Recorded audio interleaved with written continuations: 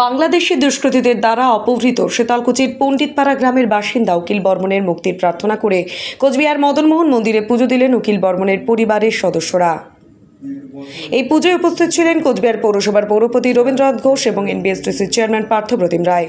প্রসঙ্গত উল্লেখ্য যে গত 16 এপ্রিল পশ্চিম শীতলকুচি ভারত বাংলাদেশ সীমান্তের কাঁটাতারের বেড়ার ওপারে ভারতীয় জমিতে কৃষিকাজ করার সময় কিছু বাংলাদেশি দুষ্কৃতী উকিল বর্মনকে অপহরণ করে নিয়ে যায়।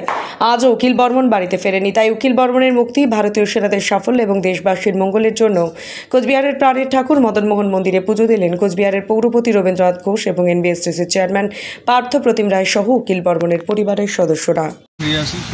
সুস্থভাবে এটাই প্রার্থনা করি। এতদিন তো হয়ে গেল বাবা ওখানে আছে, আজকে থেকে 26 দিন হয়ে গেল, এখনো পর্যন্ত বাবা ফিরে আসেনি। তার জন্য মদনমোহন ঠাকুরের কাছে প্রার্থনা করলো যাতে বাবা তাড়াতাড়ি আসে। আমার এটাই দাবি, তার জন্য মদনমোহন মন্দিরে আমরা পুজো করতে এসেছি।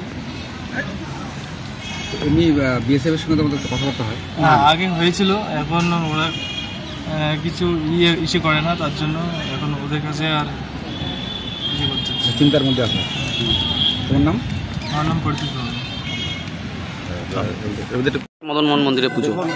দীর্ঘদিন ধরে উকিল বর্মন বাংলাদেশে এই মধ্যে আটকে রয়েছে, তা দ্রুত ফিরে আসুক। রাজ্য সরকার, কেন্দ্রীয় সরকারের তৎপরতা রয়েছে এই ব্যাপারে, কিন্তু তারপরও আমরা কোচবিহারের মানুষ মদনমোহন ঠাকুরের কাছে আমরা প্রার্থনা জানালাম যাতে অতি দ্রুত উকিল বর্মন নীরব সুস্থভাবে তার ঘরে ফিরে আসে।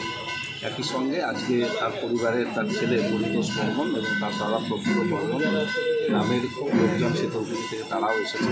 সকলেই উদ্বিগ্ন হয়ে আছে। এই উদ্বিগ্নতা তাড়াতাড়ি দূর হোক, ফিরে আসুক, এটাই আমাদের পরম চাওয়া। তাই জন্যে আজকে এই পুজো দেওয়া।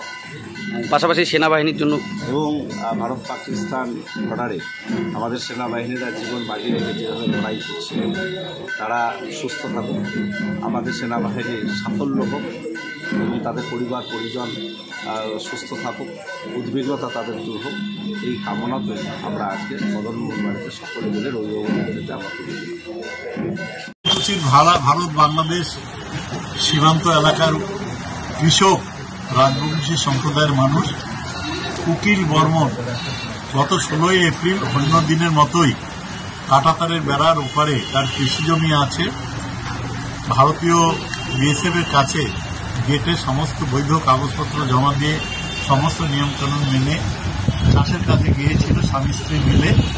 সেখানে বাংলাদেশের দুষ্কৃতিকারীরা তারা তাকে জোর করে টেনে হিঁচড়ে ভুট্টার ক্ষেতের মধ্যে দিয়ে টেনে বাংলাদেশে নিয়ে যায়, নিয়ে গিয়ে পুলিশের হাতে তুলে দেয় এবং পুলিশ তাকে কোর্টে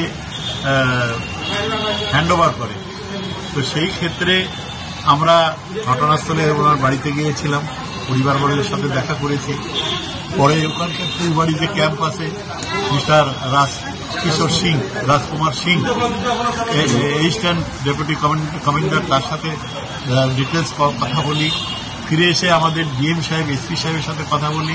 মাননীয় রাজ্যের মুখ্যমন্ত্রী মমতা ব্যানার্জি, তার সাথে আমরা যোগাযোগ করি এবং যেটা জানা গেছে মাননীয় মুখ্যমন্ত্রী তার যে মুখ্য সচিব, স্বরাষ্ট্র সচিব, তাদের মাধ্যমে কেন্দ্রের সাথে যোগাযোগ করে আমরা চাইছি যে উকিল বর্মন দ্রুত সুস্থভাবে বাড়ি ফিরে আসুক, পরিবারের কাছে চলে আসুক।